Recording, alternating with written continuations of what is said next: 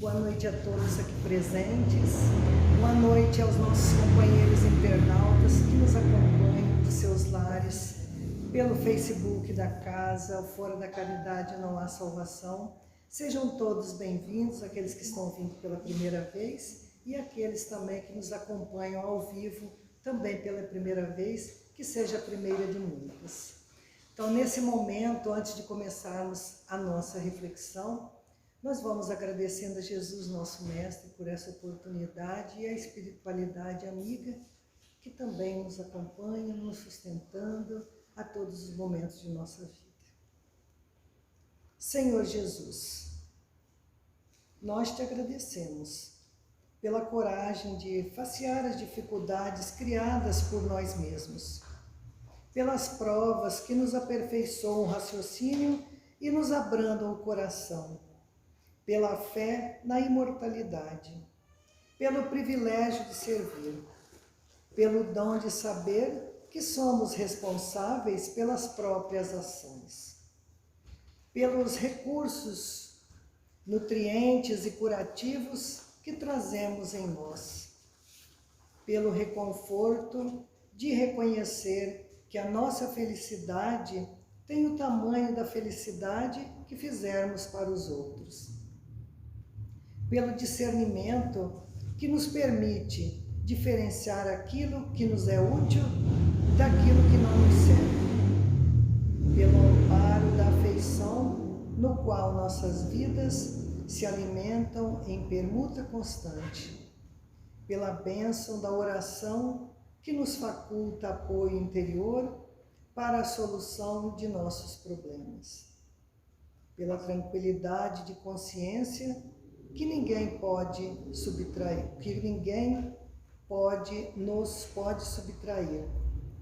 Por tudo isso e por todos os demais tesouros de fé, esperança e caridade, amor e alegria, paz em nós, e dessa paz que nos enriquece a existência, sê bendito, Senhor, ao mesmo tempo que te louvamos a infinita misericórdia, hoje e sempre. Que assim seja. Essa mensagem é psicografia do nosso querido Chico Xavier, pelo Espírito de Emmanuel, seu mentor espiritual.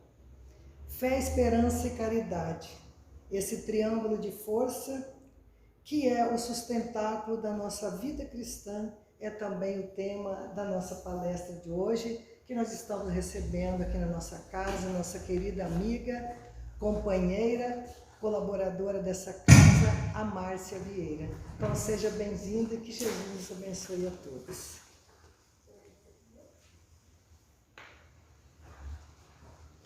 Boa noite. Boa noite. Muito obrigada pela oração.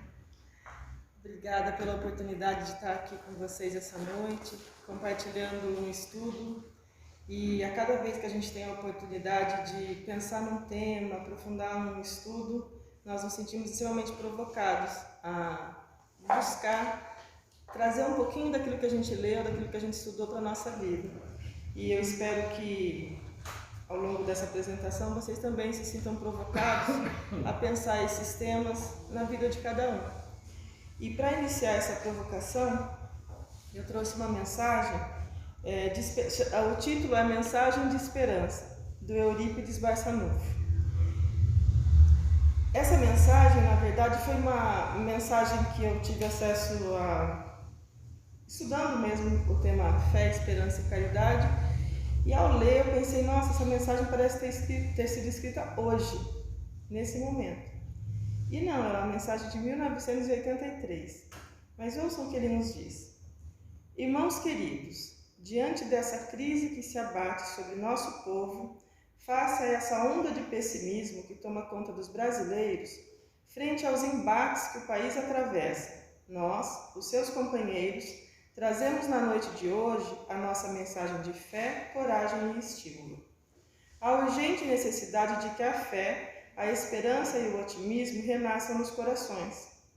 A onda de pessimismo, de descrédito e de desalento é tão grande que mesmo aqueles que estão bem intencionados aspirando a realizar algo de construtivo e útil para o país, em qualquer nível, veem-se tolhidos em seus propósitos, sufocados nos seus anseios, esbarrando em barreiras quase intransponíveis. É preciso modificar esse clima espiritual. É imperioso que o sopro renovador de confiança, de fé, nos destinos de nossa nação, varra para longe os miasmas do desalento e do desânimo. É necessário abrir clareiras e espaços para que brilhe a luz da esperança. Somente através da esperança conseguiremos de novo arregimentar as forças de nosso povo sofrido e cansado. Os espíritas não devem engrossar as fileiras do desalento. Temos o dever inadiável de transmitir coragem, infundir ânimo, reaquecer esperanças e despertar a fé. A fé no futuro, a certeza de que estamos destinados a uma nobre missão no concerto dos povos, mas que a nossa vacilação, a nossa incúria pode retardar. O desânimo e seus companheiros, o desalento, a descrença, a incerteza, o pessimismo, andam juntos e contagiam muito sutilmente, enfraquecendo o indivíduo, os grupos, a própria comunidade. São como um cupim a corroer no silêncio as estruturas. Não raras vezes insuflado por mentes em desalinho, por inimigos do progresso, esse vírus se expande, se alastra por contágio, derrotando o ser humano antes da luta. Diante desse quadro de forças negativas, torna-se muito difícil qualquer reação. Portanto, cabe aos espíritas o dever urgente de lutar pela transformação desse estado geral, para que haja uma renovação dessa psicosfera sombria e que as pessoas realmente sofredoras e abatidas pelas provações rudes encontrem em nós e em nossas casas um clima de paz, otimismo e esperança. Meus irmãos, o mundo não é um barco à deriva. Nós sabemos que Jesus está no leme e que não iremos naufragar. Basta de dúvidas e incertezas, que somente retardam o avanço e prejudicam o trabalho. Sejamos solidários, sim, com a dor do nosso próximo. Façamos por ele o que estiver ao nosso alcance. Temos o dever indeclinável de fazê-lo, sobretudo transmitindo o esclarecimento que a doutrina nos proporciona. Mas que também a solidariedade exista em nossas fileiras, para que prossigamos no trabalho abençoado, unidos e confiantes na preparação do futuro de paz por todos almejado. E não esqueçamos de que, se o Brasil é o coração do mundo, somente será a pátria do Evangelho se esse Evangelho estiver sendo sentido e vivido por cada um de nós. É uma carta extremamente provocadora, e eu acho que vocês devem concordar que ela realmente parece estar falando desse momento que nós vivemos hoje. E realmente, em tempos assim, tumultuosos, difíceis, é muito comum o pessimismo, né? As falas pessimistas, às vezes até um certo saudosismo de que no passado as coisas eram diferentes ou que elas teriam sido melhores. Mas nós, que somos detentores de um conhecimento, né, da lei da evolução, que sabemos que não há regressão, nós estamos, sim, evoluindo. E que o nosso olhar diz muito daquilo que nosso olhar guia as ações que a gente vê no mundo. Então, se a gente ficar olhando apenas aquilo que está acontecendo de ruim, a gente se desanima. Mas nós temos que ser aqueles que têm um olhar voltado para outras coisas que também estão acontecendo ao mesmo tempo. Nós sabemos o quanto a espiritualidade está trabalhando para que nós possamos entrar num tempo de renovação. E esse tempo de renovação necessita que a gente esteja com as bases muito sólidas na fé, na esperança e na caridade. É um desafio falar desses três temas, é difícil separá-los, né, porque realmente é uma trindade, e eu já peço desculpas por falar deles superficialmente, porque acho que daria assim, um seminário de algumas horas poder falar dessas três questões. Se nós estamos nesse momento de bombardeio de pessimismo, qual tem sido a nossa postura, né? Como que a gente tem vivido a nossa fé? Porque a fé, ela não é simplesmente uma crença. O Emmanuel, ao fazer uma descrição da fé, ele fala, por exemplo, que ela está presente no nosso cotidiano. Quando eu entro num carro para ir em determinado lugar, eu confio, eu acredito que eu vou chegar no meu destino, naquele horário previsto, diante das coisas que, né, no caminho que eu vou percorrer. Ele fala até que a nossa própria alimentação é um sinal de fé. A gente confia que o nosso organismo vai absorver os nutrientes, que a gente vai conseguir ser nutrido por aquela alimentação. Então a fé não é só uma crença. A fé tem que ser muito além de uma crença. Ela está muito ligada à questão da vivência, do acreditar com o coração. E ela não é algo dado, não é algo que a gente consiga transmitir, não é algo que se impõe. É algo que é construído num processo.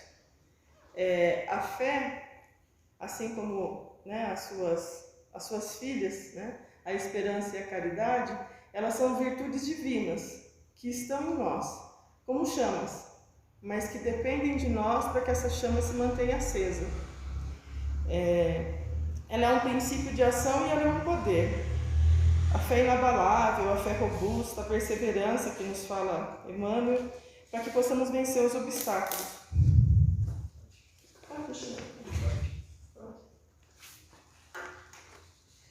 Então, não é uma coisa que a gente adquire de uma hora para outra e não é algo que nasce e vai crescendo em nós. Nós temos momentos. E se a gente não cuidar da fé, ela pode ser uma chama que vai se extinguindo. E a fé, ela é tão importante porque é ela que dá vazão às outras virtudes, é ela que alimenta as outras virtudes, é ela que dá a luz a outras virtudes. Emmanuel também, no texto do Consolador, a pergunta 257 é sobre a fé e a esperança, se elas são similares. E ele vai dizer assim que a fé é como o sol, uma luz positiva, e a esperança é como o luar, que recebe a luz do sol e que ilumina o caminho nas trevas. Então, sempre que a gente está no momento de treva densa da nossa vida, sempre tem uma luz ali, a nos guiar, a nos mostrar o caminho, a nos encher de esperança. A fé é a demonstração do caminho, a esperança é a força para caminhar, é a força para buscar, é a força que a gente encontra por meio dos propósitos, dos objetivos que a gente vai construindo ao longo da vida. A fé, então, é a base desse mundo em regeneração que a gente pretende entrar. Então, quanto mais íntima for a nossa relação com Deus, mais Ele imprime em nós a sua natureza. Assim como, quanto mais íntima for a nossa relação com aquilo que a gente ama, com aquilo que a gente se envolve, mais aquela natureza é impressa em nós. Então, se nós amamos o dinheiro, as nossas conversas, as nossas ações, o nosso dia a dia vai estar impregnado do dinheiro, de falas sobre esse assunto. Se a gente ama a fama, o poder, a mesma coisa. E a gente vai imprimindo em nossa vida a natureza daquilo que a gente verdadeiramente busca. Então, se a gente quer imprimir na nossa vida o amor de Deus, a fé, a gente tem que buscar. A fé é uma busca, né? Ela é algo que você tem que perceber que deve buscar o tempo todo, no seu dia a dia, nas coisas mais simples da vida. E a fé não é nós temos alguns exemplos de fé que nos fazem perceber assim como que ela é uma luz e como que algumas pessoas que são para nós exemplos de fé, elas tiveram uma vida de sacrifício. Foram pessoas que muitas vezes deixaram de pensar em si mesmas para pensar no bem coletivo. E aí a gente percebe como que uma luz ilumina uma quantidade enorme de vidas e de pessoas e de encarnações e de gerações. Imaginem vocês uma alma, né, um espírito como Chico Xavier, uma pessoa simples, que nasceu num lugar muito humilde, mas que com a sua luz iluminou tanto, né, nos ilumina até hoje, e a gente não consegue sequer medir o quanto essa luz ainda chega em nós e vai continuar chegando.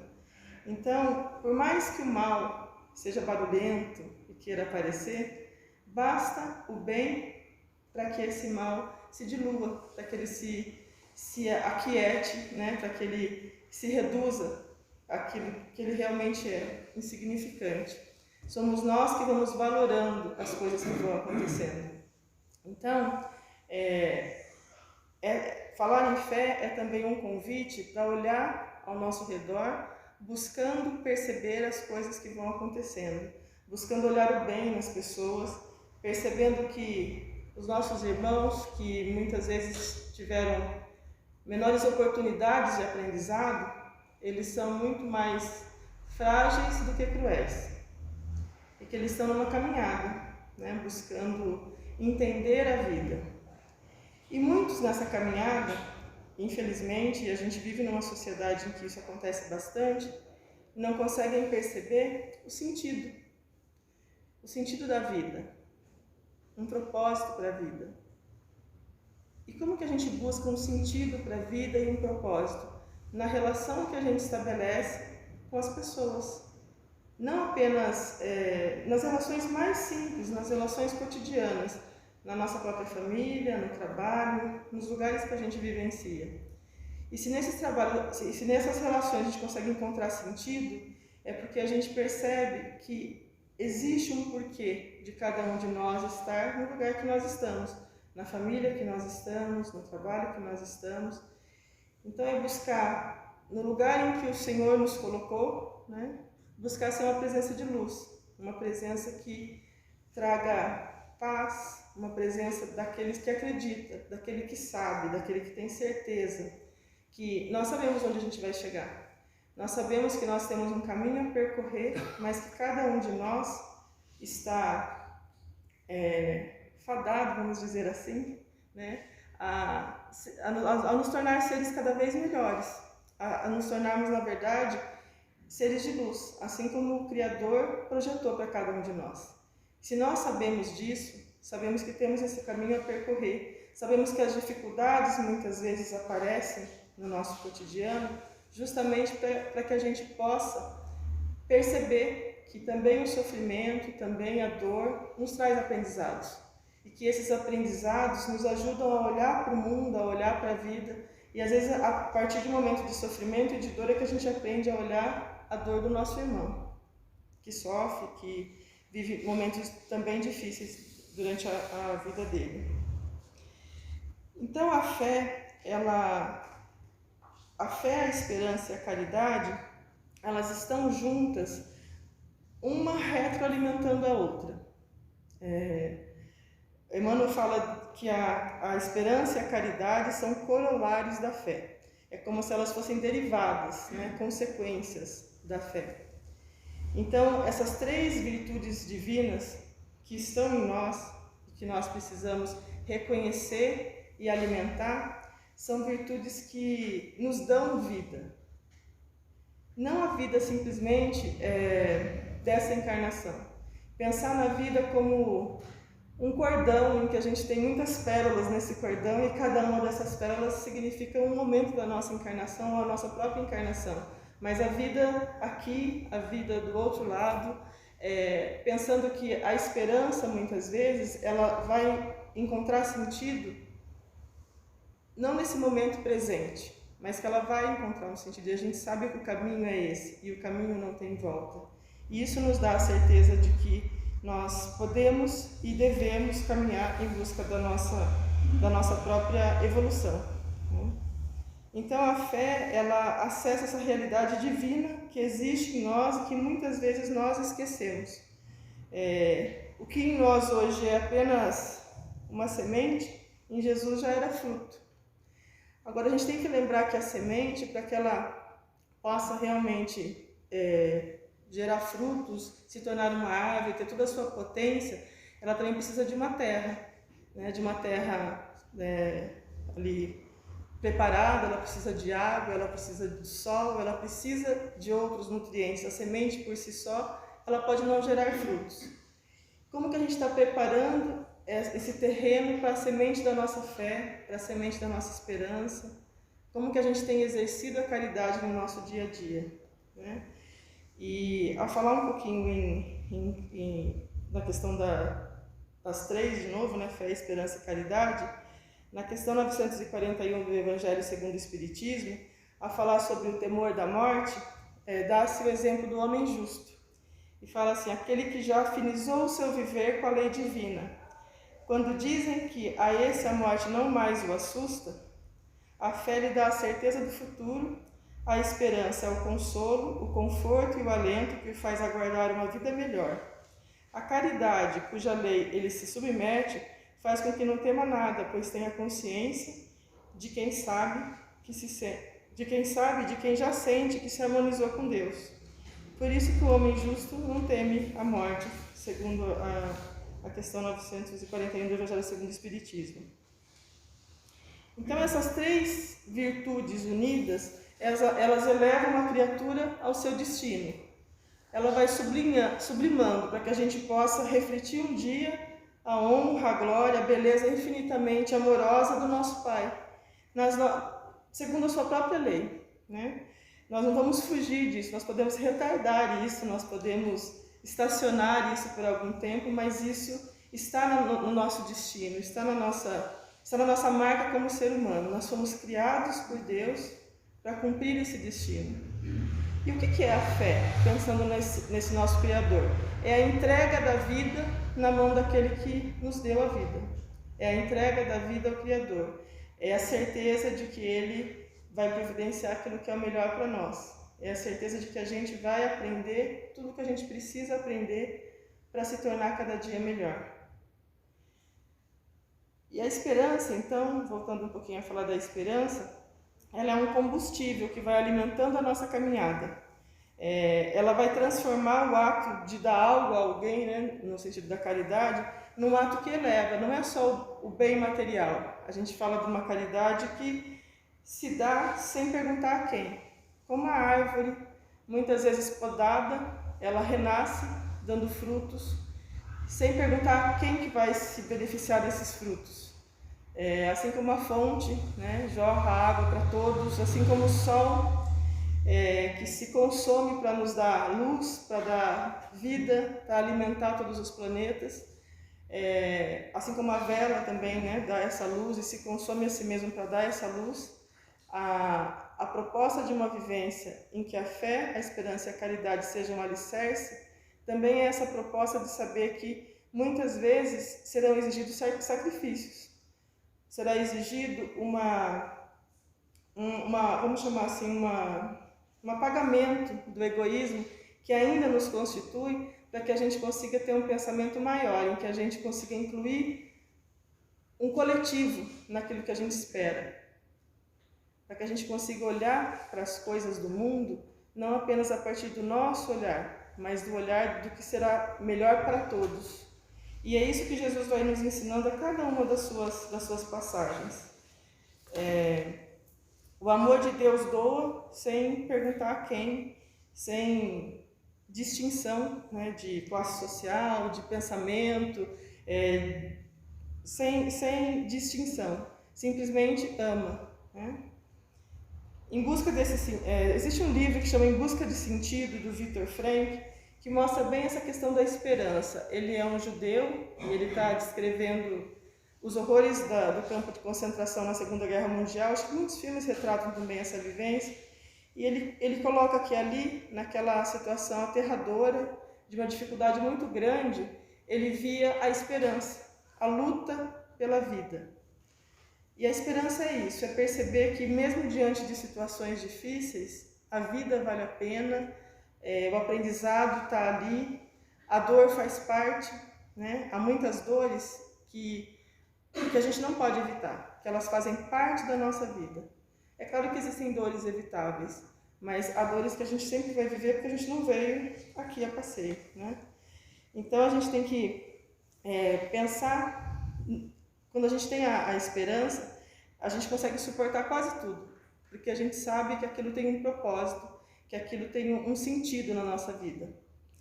E a caridade é o ápice, né? A caridade, ela é a fé que se concretiza, ela é a esperança que se concretiza. Ela é um poder que adquire aquela pessoa que consegue, de alguma maneira, abandonar o egoísmo, ou deixá-lo secundário na sua vida. Então, ela é, sim, um sacrifício, porque nós ainda estamos muito apegados a nós mesmos, mas ao realizar esse sacrifício, existe um empoderamento daquela pessoa que percebe o quanto esse amor de Deus nutre o seu próprio ser humano, o seu próprio sentido de vida. Então, é um sacrifício inicial que nos dá uma recompensa muito maior, que é perceber o sentido da nossa existência. Então, a caridade é o resultado da fé em ação. É uma aposta nessa potência do amor e na transformação que ele é capaz de exercer na nossa vida e na vida das outras pessoas. Atenuar o sofrimento de um irmão, sem questionar o seu percurso, as suas escolhas, a sua postura, é um ato de amor tão divino que ele nos preenche. É um momento da vida em que a gente percebe a plenitude, em que a gente realmente consegue se perceber fazendo aquilo que nós devemos fazer, né? No Evangelho segundo o Espiritismo, há vários momentos em que se fala sobre caridade, né? A nossa própria casa, né? Fora da caridade não há salvação. O apóstolo Paulo fala muito em caridade, a caridade moral, a caridade material, fala da caridade para com os criminosos, fazer o bem sem ostentação, as práticas da caridade, o óbolo da viúva. São várias passagens em que a gente pode se espelhar para exercer a caridade e que a gente tenha essa orientação dos espíritos superiores. A fé é guardar no coração a certeza iluminada de Deus com todos os valores da razão, tocados pelo perfume do sentimento. Porque não é uma fé cega, né? É uma fé raciocinada, é uma fé que pode ser que faz frente à ciência, é uma fé raciocinada o tempo todo, é uma fé que se alimenta dos fatos do dia a dia, que se alimenta daquilo que a gente vai aprendendo e conhecendo. Porque a fé cega, ela pode se transformar num fanatismo. E no nosso caso é uma fé raciocinada, é uma fé pensada, que pode enfrentar a razão. Então a esperança e a caridade, como filhas da fé, elas são a base desse edifício, que vai nos levar a uma situação mais sólida de ser humano, de potência, de caminhar no sentido de encontro com o Criador. Não dá para falar em caridade sem se referir um pouquinho a Paulo, né, na Epístola aos Coríntios, em que ele vai ali dizer que sem amor nada faz sentido. Que mesmo a fé que transporta montes, né, se não tiver amor, nada seria. Distribuir bens também não é simplesmente sinônimo de caridade, porque se não tiver amor, isso também não se aproveita. O amor é sofredor, benigno, não é invejoso, não se vangloria, não se soberbece, não se porta inconvenientemente, não busca interesses próprios, não se irrita, não suspeita do mal, não se regozija com a injustiça, mas se regozija com a verdade. Tudo sofre, tudo crê, tudo espera, tudo suporta. E naquela parte que ele fala que não somos mais meninos, eu penso que ele está nos dizendo assim, é hora de despertar. Para a verdadeira caridade, precisamos assumir a nossa humanidade indo ao encontro desse potencial que nós temos. Por isso, né, assim permanece a fé, a esperança e a caridade, esses três. Porém, desses três, a caridade é o maior. Em algumas traduções vai aparecer como amor, ou caridade, né? Que é o amor no sentido ágape, no sentido assim, mais estrito do amor. E, como eu falei para vocês, era só uma provocação inicial sobre esses três temas que podem ser o alicerce da nossa construção como seres humanos que buscam realmente caminhar em direção ao Pai. E eu quero encerrar com uma poesia de Casimiro Cunha, do livro Parnaso de Além Túmulo, escrita pelo médium Chico Xavier, que fala justamente sobre a supremacia da caridade e trabalha com essas três questões, a fé, a esperança e a caridade. Quero também, antes de terminar, de mostrar para vocês essa poesia, dizer assim, o quanto é desafiador estar aqui falando um pouquinho para vocês sobre tudo isso, porque é um tema bastante abrangente, que além de nos provocar, ele nos mostra nossas próprias fragilidades. Então é um tema incômodo, em que a gente pensa assim, nossa, como que no nosso dia a dia a gente se deixa levar assim, muitas vezes pelo pessimismo, né? Quantas vezes a gente ainda se deixa levar pelo desespero. E o desespero, o que ele é? É a falta da esperança. quantas vezes a gente ainda está envolto no egoísmo, naquele pensamento muito pequeno, muito mesquinho das nossas próprias coisas, das nossas próprias dores. E como é bom a gente poder ter esse espaço aqui, esse momento, esse lugar, para a gente poder falar um pouco sobre tudo isso, reconhecer as nossas próprias dificuldades nessa caminhada e nos perceber como irmãos, como pessoas que estão buscando esse aprimoramento, encontrando todas as dificuldades que o mundo da carne nos traz e ao mesmo tempo poder vibrar pelas pequenas conquistas que a gente consegue no nosso dia a dia, pelos momentos em que a gente consegue se unir em prol do nosso irmão sofredor, como as nossas casas têm feito, quando a gente consegue ações em que a gente realmente percebe o sentido da vida, e a gente tem conseguido isso. Então, antes de ler esse poema para vocês, eu queria muito que a gente tivesse esse pensamento de gratidão por nós estarmos nesse momento, mas estarmos aqui unidos, pensando sobre essas questões e nos dispondo a nos desafiar a começar de modo humilde, pequeno, uma mudança, no sentido de buscar alimentar a nossa fé diariamente, no sentido de olhar com esperança aquilo que a gente vê no nosso dia a dia, no sentido de buscar nos unir em torno de ações de caridade, ou mesmo dessa caridade que é olhar, acolher, ouvir, né? Tantas formas a gente tem de exercer a caridade. Então fica aqui a minha gratidão. Supremacia da caridade. A fé é a força potente, que desponta na alma crente, elevando-a aos altos céus. Ela é chama abrasadora, reluzente, redentora, que nos eleva até Deus. A esperança é flor vivente, alva estrela resplandecente, que ilumina os corações, que conduz as criaturas às almejadas venturas entre célicos clarões. A caridade é o amor, é o sol que nosso Senhor fez raiar claro e profundo, alegrando nessa vida a existência dolorida dos que sofrem nesse mundo. A fé é um clarão divino, refulgente e peregrino, que irrompe trazendo a luz. A caridade é a expressão da personificação do Mestre amado Jesus. A esperança é qual lume, ou capitoso perfume que nos alenta na dor. A caridade é uma aurora que resplande a toda hora, nada empana o seu fulgor. Seja, pois, abençoada essa fúlgida alvorada, ao raiar eternamente, caridade salvadora, pura bênção redentora do Senhor Onipotente. Muito obrigada.